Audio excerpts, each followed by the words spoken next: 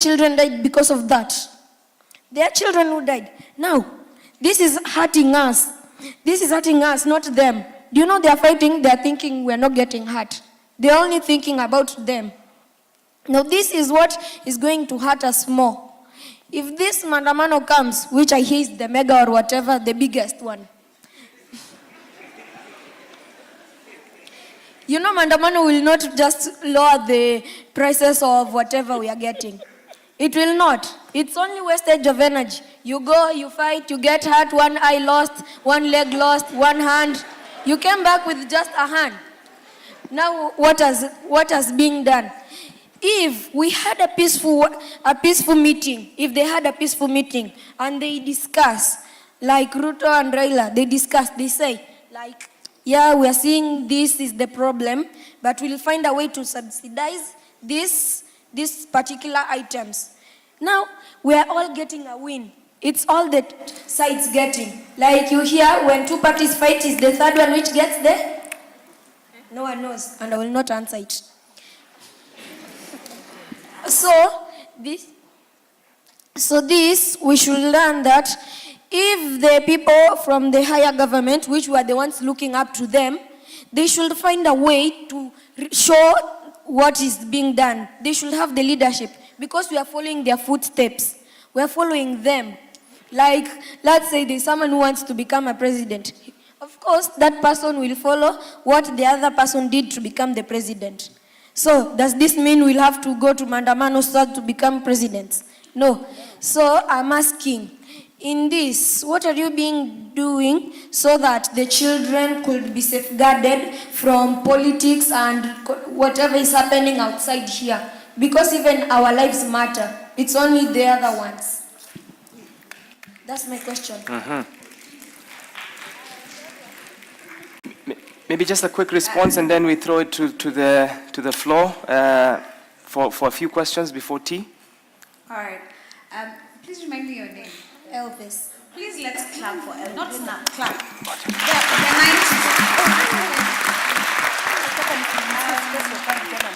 Thank you so much. That's such a critical question. I mean, you've asked two questions, three, I think.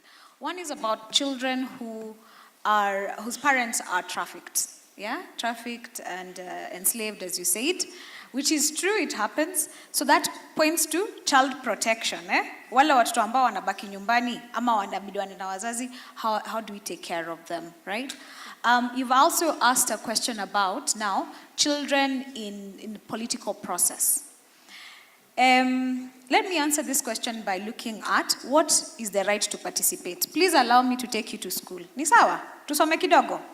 Section 28, kila mtu amesema hapa. Section 28 of the Children Act inasema that we have a right to assemble, to demonstrate, to petition, and participate in public life.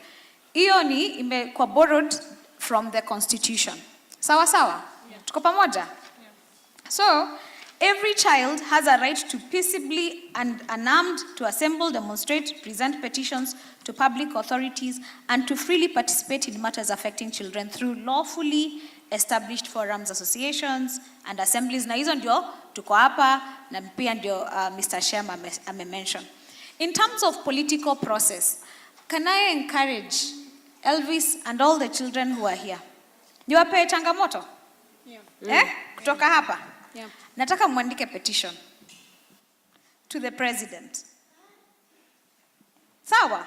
Yes. Kwa sababu, the organization that has called us here is the Council of Governors. Write to the president and to the chairperson. Who is the chairperson of the Council of Governors? Excuse. So, I have a question. Tuandike barua, ngojea kidogo, tuandike barua tuseme that demonstrations hizo za politics zina affect maisha yetu. The other person nataka tuandikie amekaa kwa hii jukwaa. Anaitwa Secretary of Children's Services Mr. Shem Nyakutu. Huyo mwenye amesema nijibu swali. Nataka tumuandikie barua, tumwambie atu represent sauti zetu kama watoto katika political conversations. Kwa sababu we might not all be able to stand in those political conversations. Ni kweli? Yes. Ni kweli? We are not able to. Kama watoto hatuna hiyo nafasi ya kuenda pale. Kwa hivyo ile barua tuandikie president, tuandikie chairperson of council of governors, na tuandikie nani? Mr. Shem Nyakutu. Yeye ni nani? Secretary of Children's Services, ni baba na mama ya watoto according to the Children's Act. Na hapo ndio tutakuwa tumefanya meaningful participation. Tuseme kwamba hizo demonstrations, whichever of any political nature, they affect us, and that lazima tukue represented kwa hizo forums kama watoto. I hope that answers the question on what to do with politics. In terms of child protection, kuna children officers in every county, kuna our children officers na kuna walimu wetu. Every time naongelesha watoto kuna protection circle around us. Kuna nini? Semeni protection circle. Hiyo protection circle inaanza na mzazi. Kwa hivyo in the absence of mzazi ni mwalimu. In the absence of mwalimu ni children officer. Na chiefs. Sawa sawa? Tuko pamoja? Na pia marafiki zetu. Tukue our friends keepers, sisters and brothers keepers. Okay? So we make sure that. That's how our protection circle looks like. So mzazi kama hayuko, uncle na aunties na guardians hawako, ni walimu. Kama walimu hawako, ni the children officer. Huyo ndio mama na baba ya watoto. Nimejibu maswali? Asante. Okay, in the interest of time, we had borrowed 1 hour. We have eaten into a few more minutes. Allow me to open to the plenary. Right. If you don't mind, we'll start right at the back here. Okay, so we are going to have about 3 minutes for the team here. So let's hear Wimeneza and 3 minutes for responses from the team here before we do the wrap. Asante. Thank you, Faith. I'll allow Mwalimu to speak on behalf of Emmanuel, who is our friend from Baringo County, from the school of both deaf and blind, on his behalf. Karibu. I am Julius Chirchir, mwalimu ya Cabernet School for Deaf Blind. Here I'm representing Emmanuel Kiplagat. Pole niko naoma kidogo. Now, I wish if we had the government representatives, that is county government representatives here, because most of the questions which these children want to ask, they are supposed to be directed to them. Or the answers which the panelists give, they are supposed to take in. So it's unfortunate. Now, for us, for me and Emmanuel, the travel here was so difficult because there was no organization for us to travel here. There was an ugly scenario in Nairobi town because we came at 3 in the morning, then tukashuka Nyamagima hapo, then Kiplagat Emmanuel was so tired. So when we alighted from the vehicle, he wanted to move away. And you know, Nairobi moving away, ni magari. So we had a very rough time until we almost lost one child because we were concentrating on Emmanuel. So I wish all counties should make arrangement for the travel of the participants next time. 2, I'm directing my question to the person in charge of the children. In our school recently, we had a problem of capitation, which delayed. And we heard that all special schools in Kenya, it delayed for almost 7 months. Emmanuel here cannot stay alone without the house helps and the rest of the support staff in the school. So it reached a time where the support staff wakasema hawaendelei tena because they wanted their salary, because their salary are paid from the capitation. Now, the question is, if the salaries or the capitation of the school delays, what is alafu, what mitigation does the government do to make sure that Emmanuel anaangaliwa? Because it reached a level where the arrival of the children was delayed That is, Emmanuel aliambiwa, mzazi ya Emmanuel aliambiwa, wacha Emmanuel akae nyumbani mpaka to solve mambo ya salary. So it was disadvantaging Emmanuel because yeye anakaa nyumbani wakati watoto wengine wako shule. And then, thank you, Mwalimu. Do you have another one? Pardon? Wacha nimalize tu alafu atajibu yote hiyo. And also recently, last holiday, we lost a child. Ongeza. We lost a child because baada ya kutoka shule holiday kwenda kuangaliwa nyumbani hakuna mtu alichunga yeye vizuri. So now that one goes to the people who are concerned with mambo ya watoto pamoja na sheria na nini. Then this boy was neglected at home mpaka mwishowe we lost him. So what steps do you take as a ministry plus those people who are concerned to help these children when they are at home? Thank you.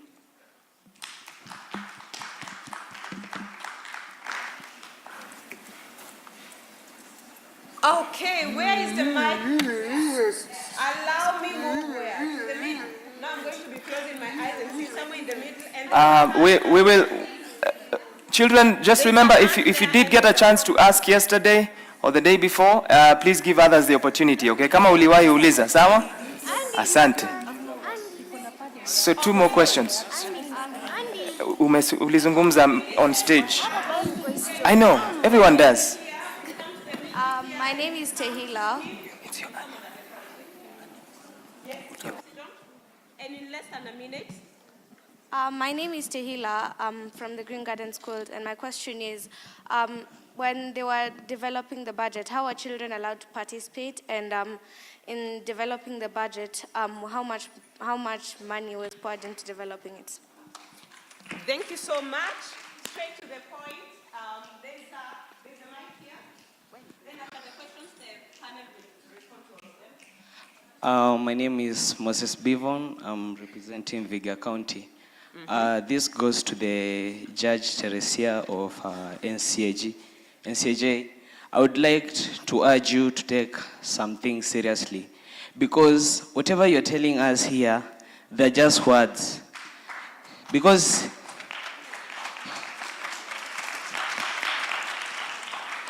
there is a saying that goes, action speaks louder than. For example, take the case, was it baby Sagana or baby what? The girl had been removed the 2 eyes. But what has happened? I think till now, justice has not been served. So I'm just urging you and the structures and all of you who are responsible for the protection of the children to take these masters seriously and put in the structures. And when you say even we write the petitions to the government, yes, we can write the petitions to the government, but the question is, will they be adhered to? So take heed and do what is right, please.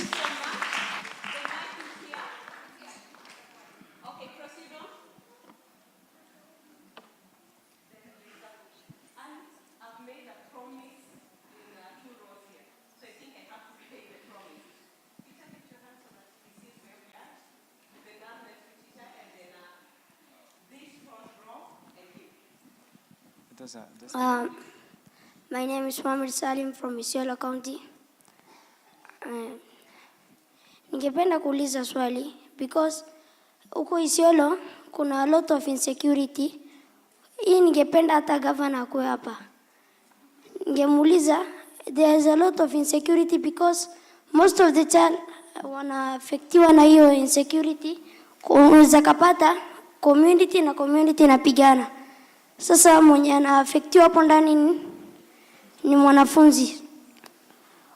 Kuna sisi kama watoto wa Isiolo tunaweza kosa kwenda shule because unapata watoto wengine wanakosa kwenda shule kwa sababu ya watu wanabishana huko ndani kama community na hii community.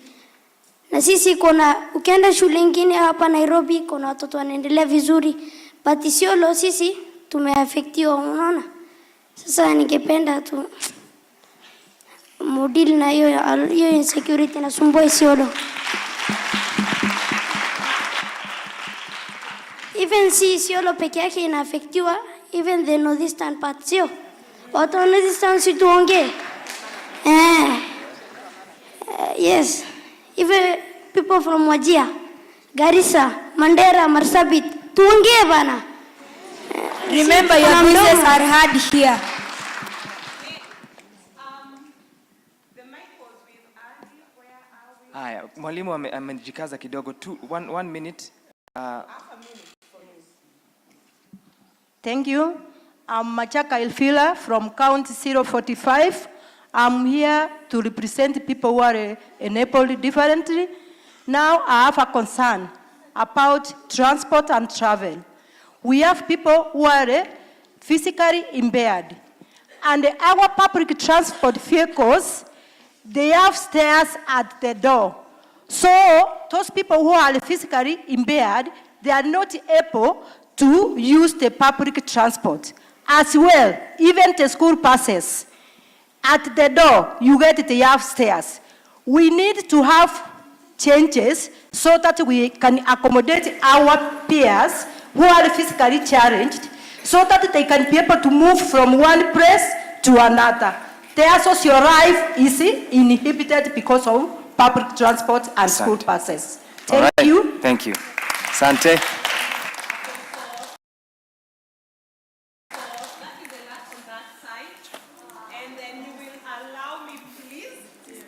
So thank you very much. Hesbon Prop from Elgeyo Marakwet. So my question goes to the person who is in charge of children participation in governance. We in our county, we have never seen a child participating in any, children participating in any function. Even when we have a function in the county offices, they just send the leaders and they say that they're representing the children. So the difference between me and an adult is that my thinking, I know my problems, but the adult just knows the outside problems that I have. But me, I know the problems that I have inside. So if it could be possible, we could reach out to those counties, not even only in the ASAL areas, but we have also counties which are like my county, which don't have that participation. So if we could get that, participation, it would be very nice. So you are saying that they create awareness about Yes. children to participate in anything like that? Yes. Okay.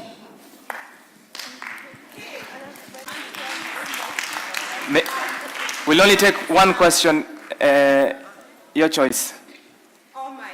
So because of me, I'm being told my choice, then it's good that the two have negotiated, because unfortunately when you see my eyes moving around, people are negotiating. So the negotiation here is the gentleman, and I will need the interpreter to be given the mic here.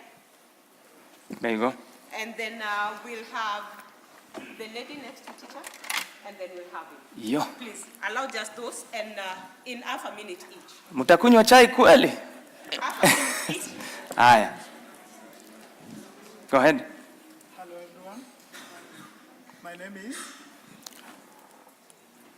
Hello everyone. My name is Naftali Mwangi. That is his surname. He is also a person living with hearing impairment. The hearing and the other schools have buses, but the deaf schools do not have buses, meaning traveling is a problem. They cannot travel on their own volition, they have to borrow. So they suffer because they do not have means of transportation. That's a very big challenge to them. He asks that it be sorted out.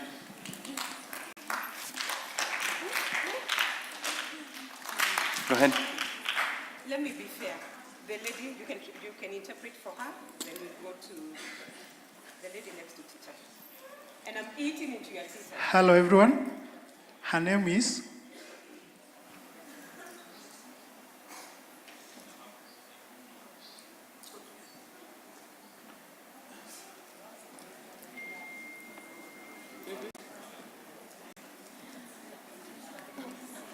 Tabitha. Yes. Is signed that way from E10 Primary School. The parents, they do not care for the children. They leave them to suffer. They are like slaves. They stay at home. They roam. There's no caring. Even in school, there's no caring. The children, they do a lot of work, but the others, their caretakers keep traveling everywhere. But the children stay like they are chokoras. They keep suffering and they never travel. No interpreters, so they stay in a suffering condition for a long time. So he's asking that the parent takes care of the disabled children so that they don't roam, that they meet problems, accidents wherever they are roaming. They might even die because there's no care to them.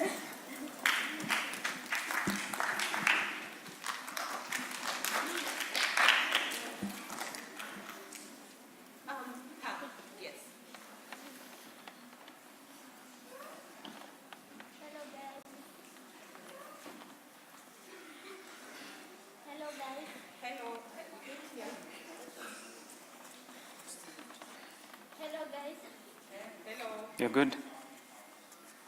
Go on. My name is Lucy Nyameki from Narok County. Swali langu ni mbili. Maswali langu ya kwanza, kunapata watoto walemavu wanakaa nyumbani, hawana fare hata ya kuwaleta shule. Swali langu ni je, kama mnaweza wasaidia, unapata saa ingine tuseme tena hao watoto wengine ambao wako sawa, wao wana serikali na wa support, lakini hao wengine hawana watu wa kuwa support, unapata wanakaa tu nyumbani kwa sababu ya school fees. Kama mnaweza wasaidia, hiyo inaenda kwa governor na kila mtu, kama mnaweza watusaidia. Asanteni.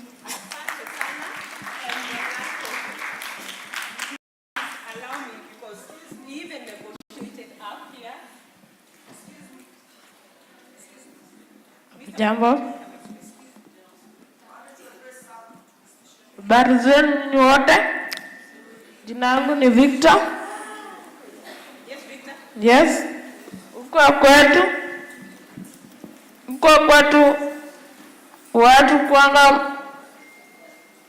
watu kwatesanga watoto wa watu. Yes. Ibit.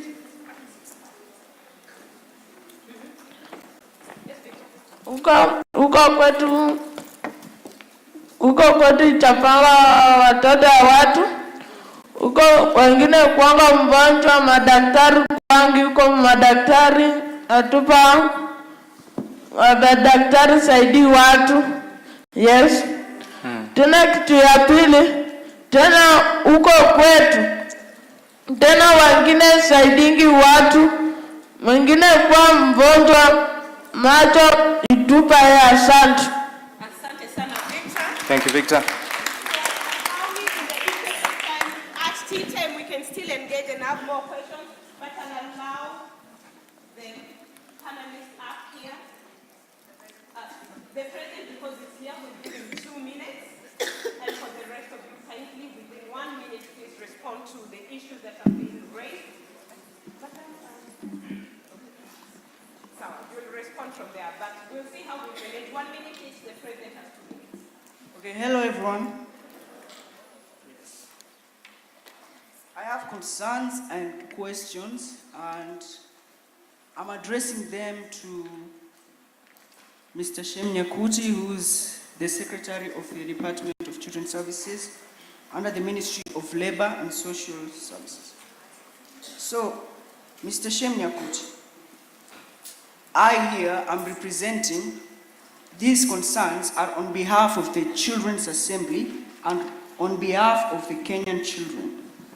So I'm going to start with the Kenya Children Assembly. What is the government doing to empower the Kenya Children Assembly?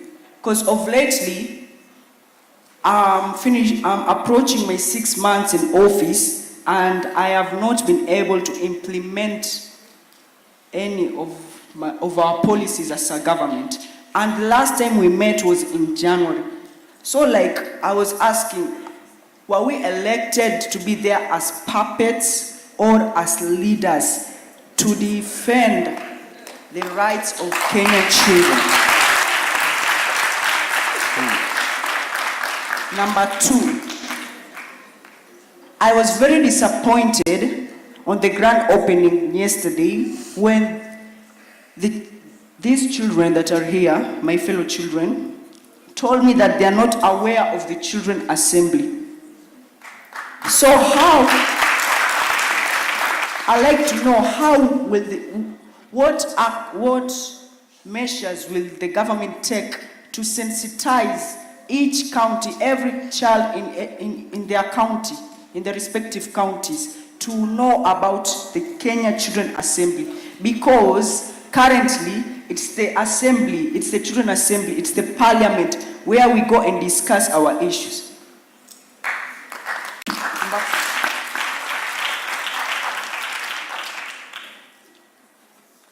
Number 3, personally, why do I feel like that my powers as the president are not being taken seriously?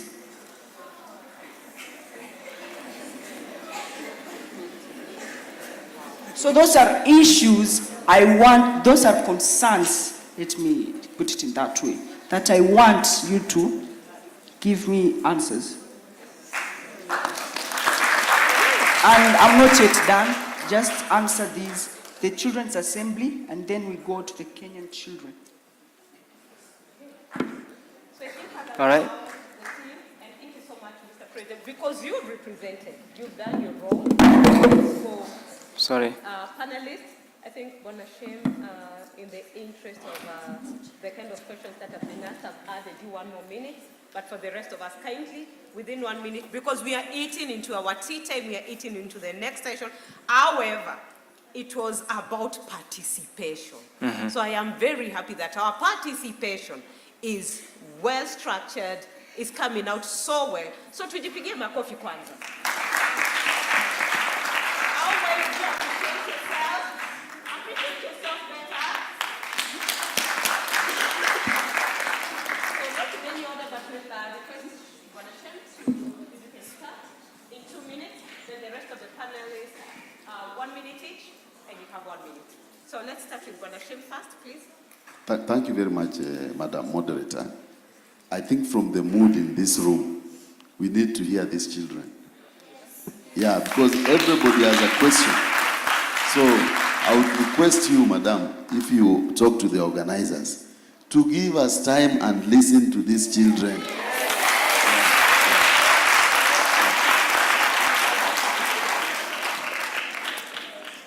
We'll see what. Okay, we can go through the questions this round first as we consult. Yeah, just go ahead and respond. Participation is about building consensus, yeah? So allow us, as the questions have been responded to, we discuss, because there's already a program for the day. We also don't want to deprive you of opportunities in the other sessions, including our health break.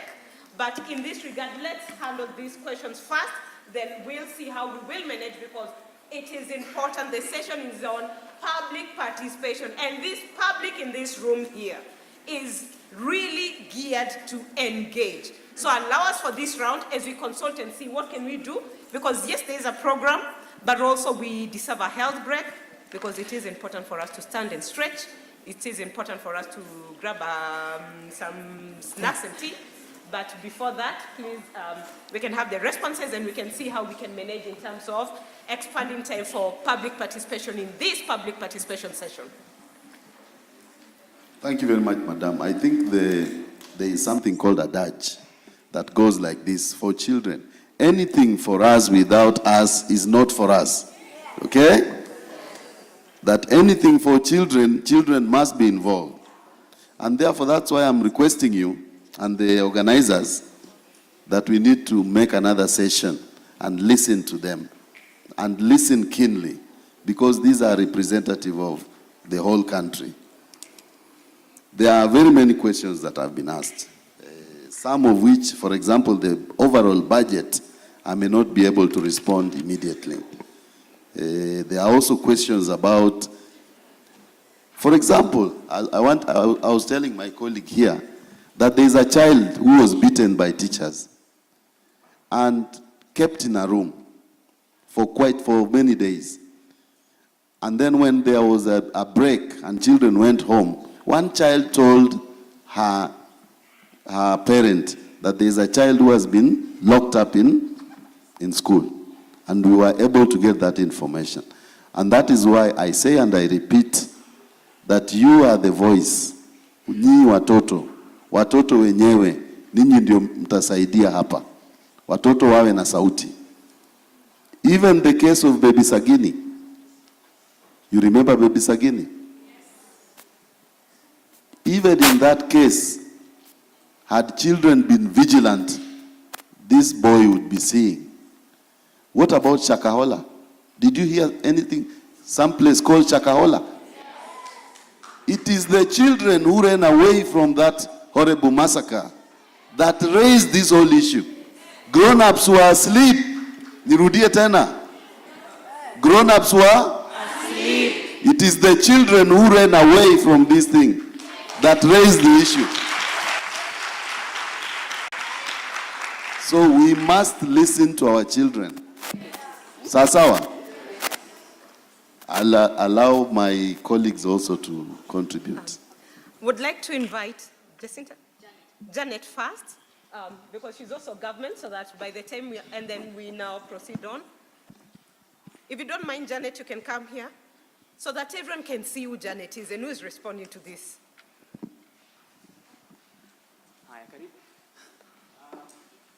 Okay, as Janet comes up, I know we do want to keep going. There are a couple of ways we can do this. Number one, if our guests want to stay back and come back for the next session, that's one way to extend it.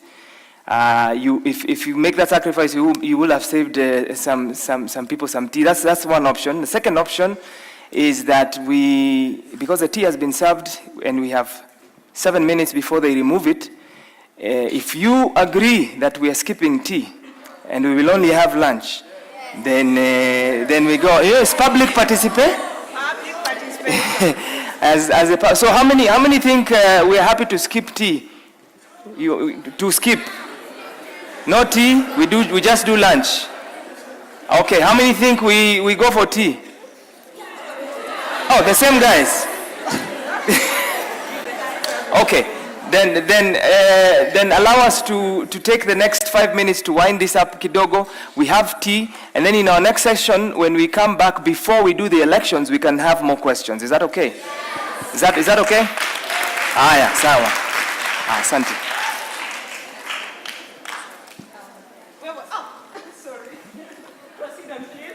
So thank you very much, children, and also our panelists here.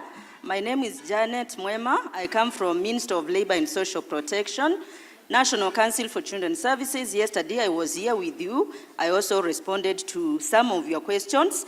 What I can say, just like my colleagues here have said, child participation, it should be given the core mandate, because it is one of your rights as children, as enshrined in the United Nations on the rights and welfare of the child, and also as per our Children Act and other legal frameworks that support child participation. What I can say about issues of Kenya Children Assembly, it is a platform, because my colleagues here have also said it, whereby you come together and you are supposed to elect your leaders from the grassroots level, from the sub-county to the county, up to the national level, and that's where we have some of your leaders here seated with us today. So child participation, it is a right for every child, and also we should remember that if you have that right to participate in all matters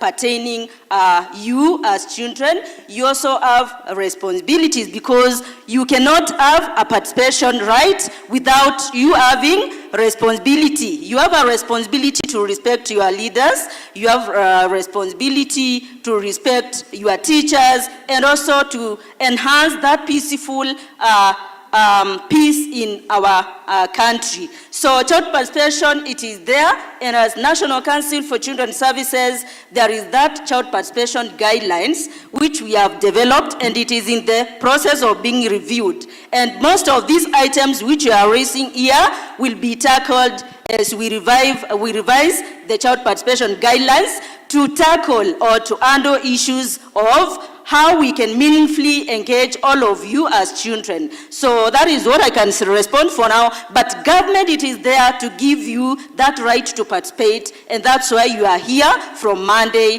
throughout tomorrow. So we shall continue. Thank you very much. Thank you. Again, in the spirit of public participation, you've agreed that we can break for a health break and come back. But for the panel, we are comfortable to come back for another half an hour. Okay, Asante. So consensus is the power is with the people, the panel is willing to come back after tea. We break for 15 minutes.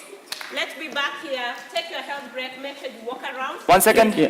Asante. Yes. Bwana Muka, just a few directions on how the elections will be tackled from my friend Muka. Karibu. Thank you so much. Thank you so much. Just to give you a few rules, when we come back, remember we are still doing our mock election, and we already have 1, 2, 3, 4, 5 aspirants, and they already submitted the names of their running mates. So first of all, learners who are differently abled will be assisted by their chaperones for the voting process. The governors, our aspirants, can choose their observers to oversee the vote counting, at least one observer per aspirant. We will have 5 polling stations here, so you will choose any, or of course once you vote, you will be marked using indelible ink so that you cannot be able to vote again. And then for those who are eligible to vote, all learners participating in this conference will be eligible to vote. Chaperones will not be eligible, therefore they'll not be allowed to vote. And then remember, it's only 1 vote per person. COG staff who are present here today will not be eligible to vote. However, they'll assist us in the polling stations. The scouts who are from M-Pesa Foundation Academy, they are also not eligible to vote. However, they'll assist us in our polling stations. There will be no campaign once we come back into the auditorium. As we go out, you can campaign, but once we come back in, the campaigns will have stopped. And then we will give all aspirants at least 2 minutes to say why they're fit for this position before we go into the election. Is that okay with everyone? Is that okay with everyone? Can I have all the aspirants standing? All the aspirants who are present here, I know some already are organizing themselves and having kamkunjis outside. But I hope we understand and we will follow those rules, right? We will follow the rules, then we will have an easy election. Thank you so much and enjoy your tea, and let's be back in the next how many minutes? 15. Let's be back in the next 15 minutes. Right now it's 10:45, so we should be back here by 11.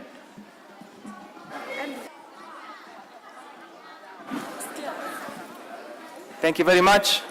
Our guests, please